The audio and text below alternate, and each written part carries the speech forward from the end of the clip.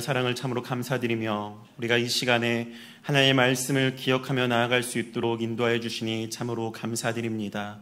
하나님, 우리가 이 말씀을 우리의 마음판에 새기며 나아갈 수 있도록 도와주시고, 우리가 계속해서 어디 있든지 간에 하나님의 말씀으로 살아갈 수 있는 저희들 낼 수 있도록 인도하여 주시옵소서. 이 시간 전하는 자와 듣는 자 모두가 하나님의 은혜가 되는 시간 될 수 있도록 인도해 주실 걸 믿사오며 예수님의 이름으로 기도드립니다. 아멘. 이제 제가 초등학교 때 저는 국민학교 다녔었고요. 제가 초등학교 첫 번째 졸업생이었습니다. 제가 초등학교 6학년 때 초등학교로 바뀌었었는데요. 지금은 초등학교가 시험이 없지만 저 때는 시험이 있었고, 또 방학이 되면요, 항상 선생님들이 무엇을 나눠주었냐면 생활 통지표라는 것을 나눠주었습니다.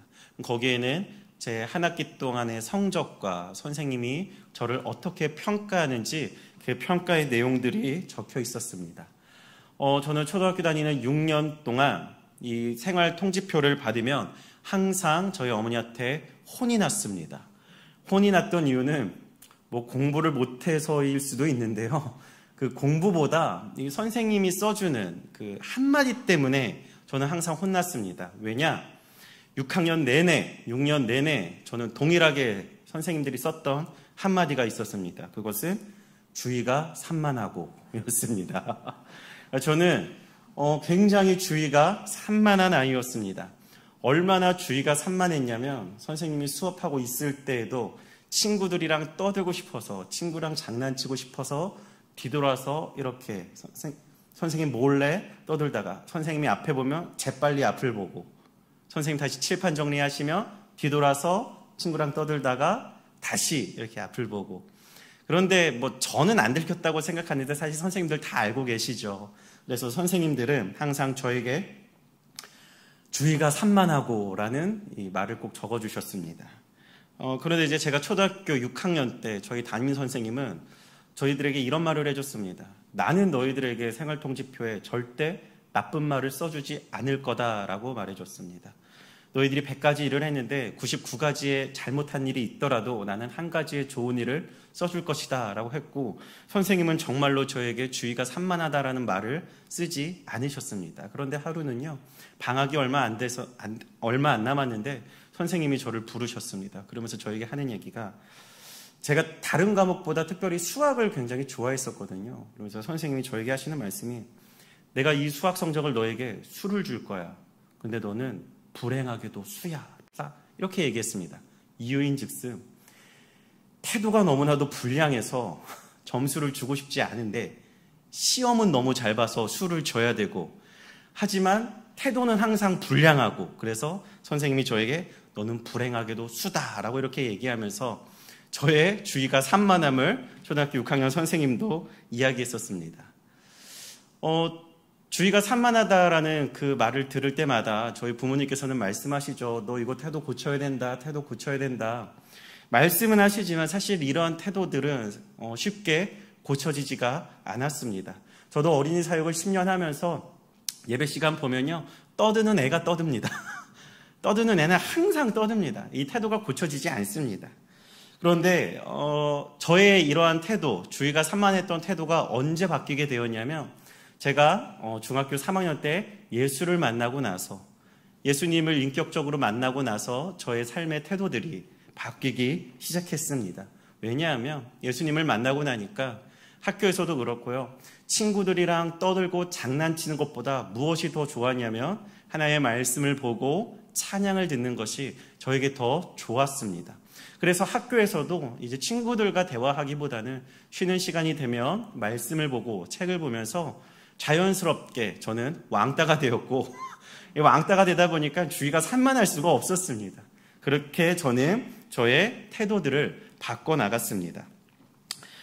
태도를 바꾸는 것이 사실 쉽지는 않지만, 때때로 우리가 그리스도인으로 살아갈 때 우리는 그리스도인으로서 바꿔야 되는 태도들이 있음을 우리는 알고 있습니다. 우리가 그리스도인으로서 바꿔야 되는 태도가 무엇이 있을까요? 저는 오늘 이 본문 말씀을 통해서 우리가 바꿔야 되는 삶의 태도들에 대해서 좀 나누기를 원합니다.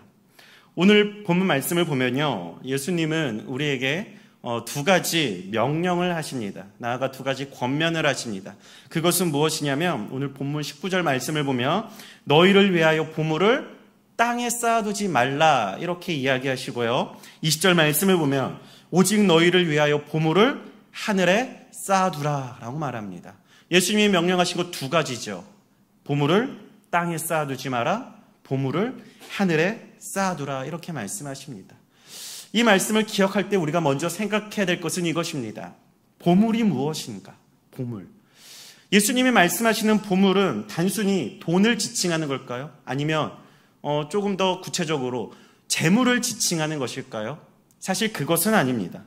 여기서 예수님이 말씀하시는 보물은 단순히 재물이나 돈을 말하는 것이 아닙니다. 왜냐하면 이 보물을 돈이나 재물로 해석한다면 예수님께서 오늘 하시는 이 말씀은 누구에게 하는 말씀이 되어지는가? 바로 부자들에게 하는 말씀이 되어지기 때문입니다. 하지만 지금 이 말씀을 듣고 있는 청중이 누구냐면요, 단순히 부자들이 아니었습니다. 누가 이 말씀을 듣고 있느냐? 바로 그리스도인들이, 예수님을 따르는 사람들이 이 말씀을 듣고 있다는 것입니다. 그래서 예수님께서는요, 이 말씀을 하실 때 부자들을 겨냥해서 보물에 대해서 이야기하는 것이 아니라는 겁니다. 만약에 예수님께서요, 부자들에 대해서 이 이야기를 하시는 거라면 굳이 예수님은 보물이라는 단어를 쓰지 않으셨을 겁니다. 왜냐? 돈이라는 단어를 사용하면 되고 재물이라는 단어를 사용하면 되기 때문입니다. 하지만 예수님은 그 단어를 쓰지 않으셨고 보물이라는 단어를 사용하셨다는 겁니다. 여러분, 보물이라는 이 말은요, 매우 포괄적인 단어입니다.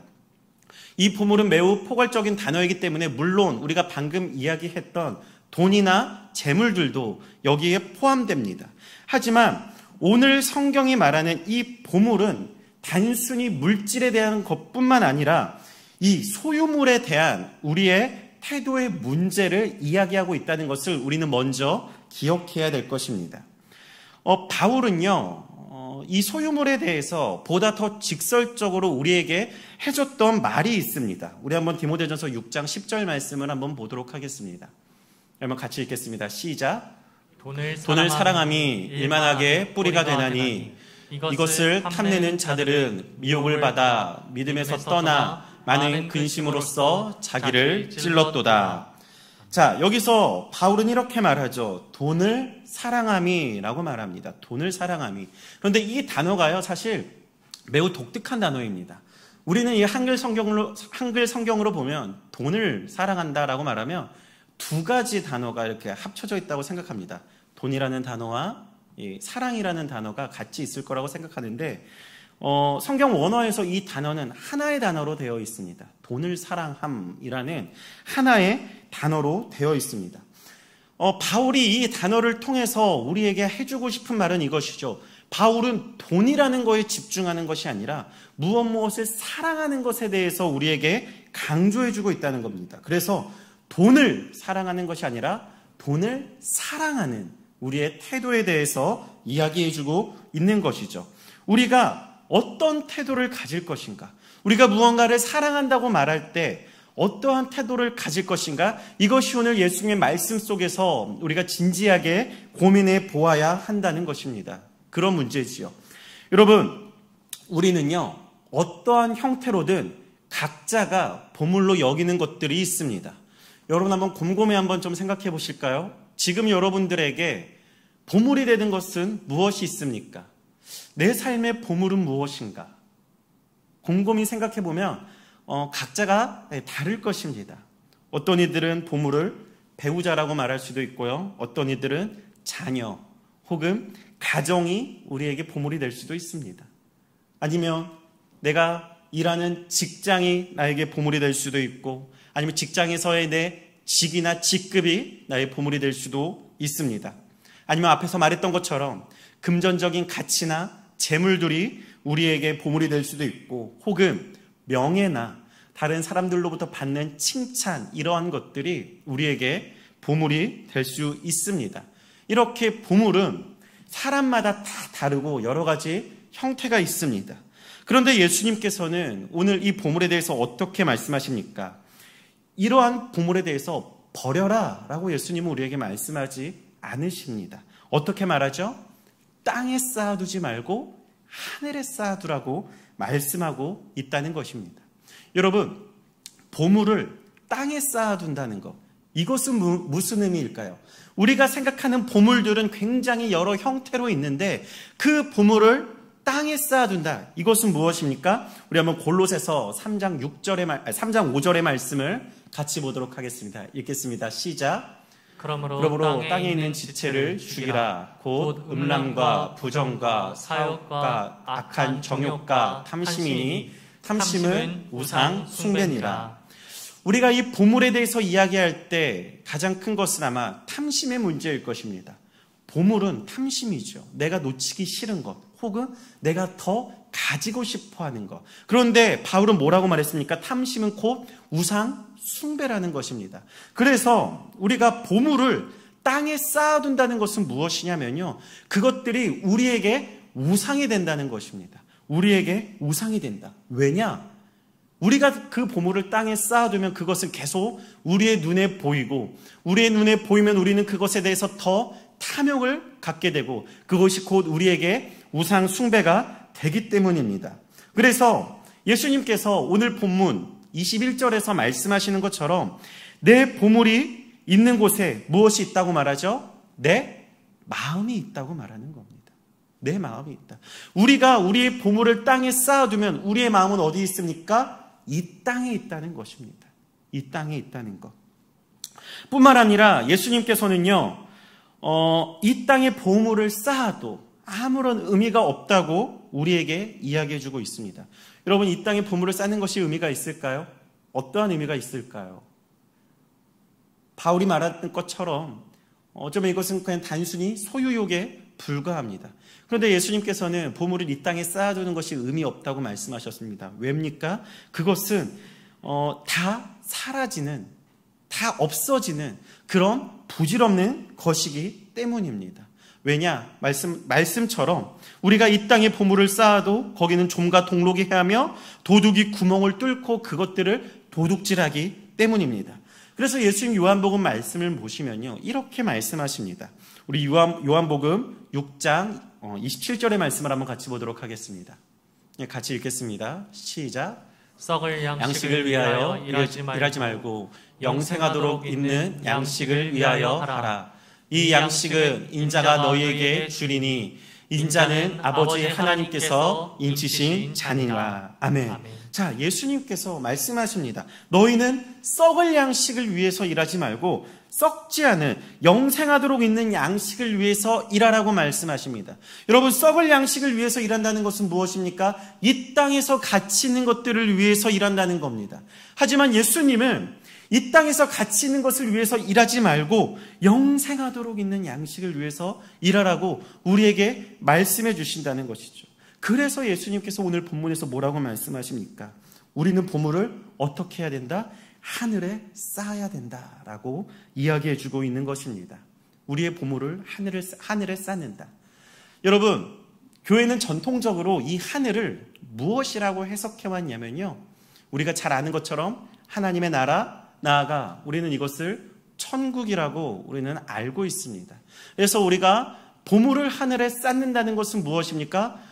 하나님 나라에, 천국에 보물을 쌓는다는 것입니다.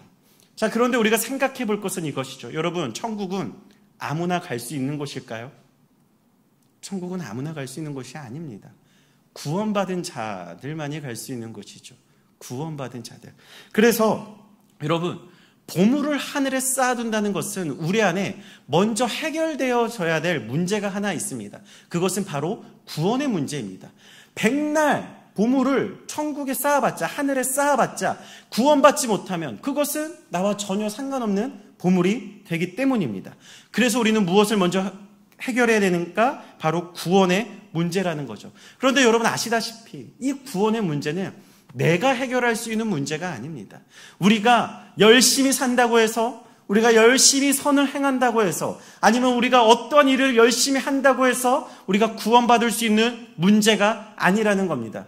여러분, 우리는 구원을 어떻게 받습니까? 우리는 믿음으로 구원을 받지요.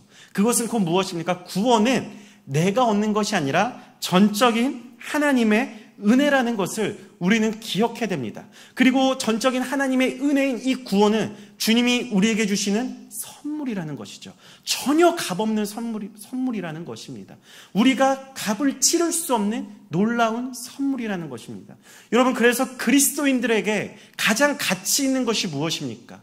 바로 이 구원, 나아가 하나님의 은혜요, 하나님의 사랑이, 예수 그리스도의 십자가의 복음이 우리의 삶에 있어서 가장 가치 있는 것이라는 겁니다. 그것이 그리스도인들이 가지고 있는 하나님의 은혜에 대한 개념입니다. 자, 그런데 여러분, 여기서 한 가지 가치가 충돌합니다. 뭐죠?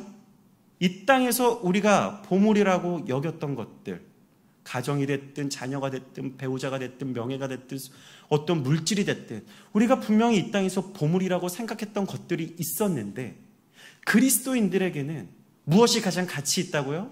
하나님의 은혜가 더 가치 있다는 것입니다. 자, 그렇다면 여러분, 무엇이 진정한 보물입니까? 그리스도인들에게 무엇이 진정한 보물이 될 수 있습니까?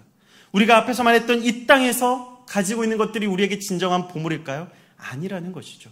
우리에게 진정한 보물은 무엇이냐? 바로 하나님의 은혜요, 하나님의 사랑. 이것이 그리스도인들에게 최고의 가치이고 우리의 삶의 가장 큰 보물이라는 것입니다. 여러분, 그래서요, 앞에서 예수님이 말했던 이 땅에서 쌓는 그 보물들은 우리에게는 가족이 됐든 뭐가 됐든 여러 가지가 될 수 있지만, 하늘에 쌓아야 되는 보물은 그런 것들이 아니라 보다 더 가치 있는 것이 우리에게 보물이 되어야 된다는 겁니다. 그래서 우리는요, 이 말씀을 통해서 무엇을 바꿔야 되냐면요, 우리의 태도를, 삶의 태도를 바꿔야 된다는 것입니다. 내가 무엇을 보물로 여길 것인가? 내 삶에 가장 가치 있는 것을 무엇으로 설정할 것인가? 우리는 이 태도를 바꿔야 되고 보물에 대한 우리의 가치를 설정해야 된다는 것입니다. 여러분, 우리에게 보물은 무엇입니까? 이 땅에서 우리가 생각했던 것이 보물이 아니라 그리스도의 은혜, 우리를 향한 하나님의 은혜, 하나님의 그 사랑이 우리의 삶의 가장 큰 보물이 되는 줄로 믿습니다. 여러분, 그렇다면요, 우리가 그리스도의 사랑, 하나님의 사랑을 우리의 삶의 가장 큰 보물로 바꿨다면 우리가 앞에서 말했던, 우리가 생각했던 그 보물들 어떻게 해야 될까요? 버려야 될까요? 여러분이 방금 우리가 아까 생각했던 내 삶의 보물이라고 여겼던 것들, 여러분 쉽게 버릴 수 있는 것들일까요? 내가 가정을 보물로 여겼다면 그 가정을 우리가 버릴 수 있을까요? 쉽지 않습니다. 그런데 참 감사한 것은요, 예수님께서 우리에게 말씀하시기를 이것들을 버리라고 말씀하지 않으십니다.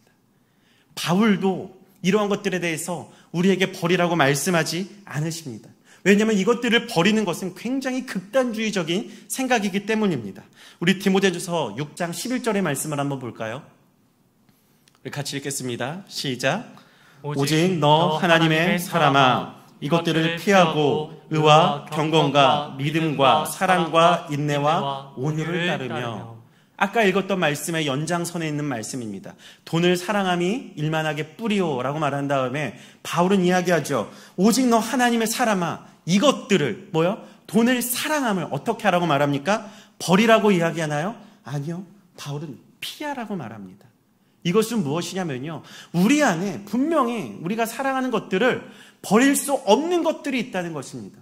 여러분, 우리가 어떻게 사랑하는 가정을 버리겠습니까?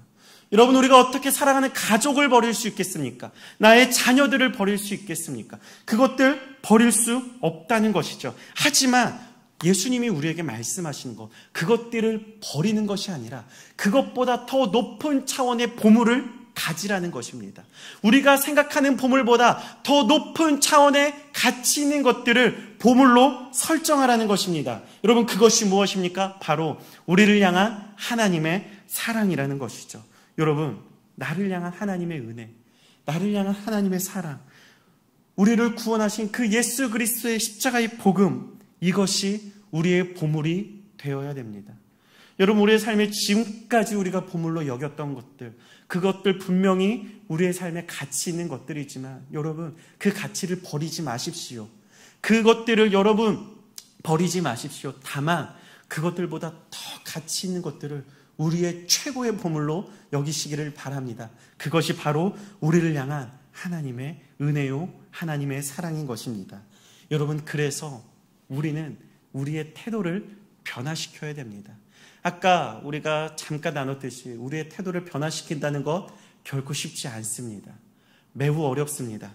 그럼에도 불구하고 우리는 이 삶의 태도를 바꿔야 된다는 것입니다. 나아가 우리가 보물로 여겼던 것, 그것들을 이제는 그리스도가 우리의 삶의 가장 큰 보물이 되고 하나님의 은혜가 우리의 삶의 가장 큰 보물이 되는 것으로 우리는 바꿔야 된다는 것입니다.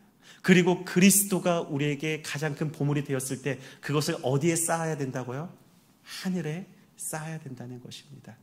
그리고 우리는 그것들을 하나님 나라에 갈 때 비로소 취할 수 있는 것입니다. 예수님 우리에게 말씀하십니다. 내 보물이 있는 곳에 내 마음이 있다. 여러분, 우리의 가장 큰 보물을 어디에 두시겠습니까? 우리는 우리의 가장 큰 보물을 하나님 나라에, 천국에 두어야 될 줄로 믿습니다. 그래서 우리는 이 땅에서의 삶을 추구하는 자들이 아니라 하나님 나라를 바라보고 하나님 나라를 추구하는 그러한 그리스도인의 삶을 살아야 될 줄로 믿습니다. 그래서 우리가 이 보물을 우리의 마음에 품으며 하나님 나라에 두며 하나님, 우리가 이 주님의 은혜를 기억하며 살아가게 하여 주시옵소서. 이러한 믿음의 고백으로 나아가는 저희들의 삶이 되기를 간절히 소망합니다. 기도하겠습니다. 살아계신 아버지 하나님, 우리가 이 땅을 살아가면서 우리가 보물로 여겼던 것들이 많은 줄로 압니다. 하나님, 이제는 우리가 그 보물들보다 더 가치 있는 것을 우리 삶의 보물로 여기기를 원합니다. 우리를 향한 하나님의 은혜, 하나님의 사랑, 그리스도의 복음, 하나님, 이것들을 우리의 삶의 가장 큰 보물로 여길 수 있도록 도와주시고 그렇게 우리의 삶의 태도를 바꿔나갈 수 있도록 주님께서 함께하여 주시옵소서. 내 보물이 있는 곳에 내 마음이 있다고 말씀하셨는데 하나님, 이 하나님의 사랑을 우리가 하늘에 두며 하나님, 우리가 계속해서 우리의 마음을 하나님 나라를 향해 나갈 수 있는 저희들 될 수 있도록 인도하여 주시옵소서. 예수님의 이름으로 기도드립니다. 아멘. 우리 시간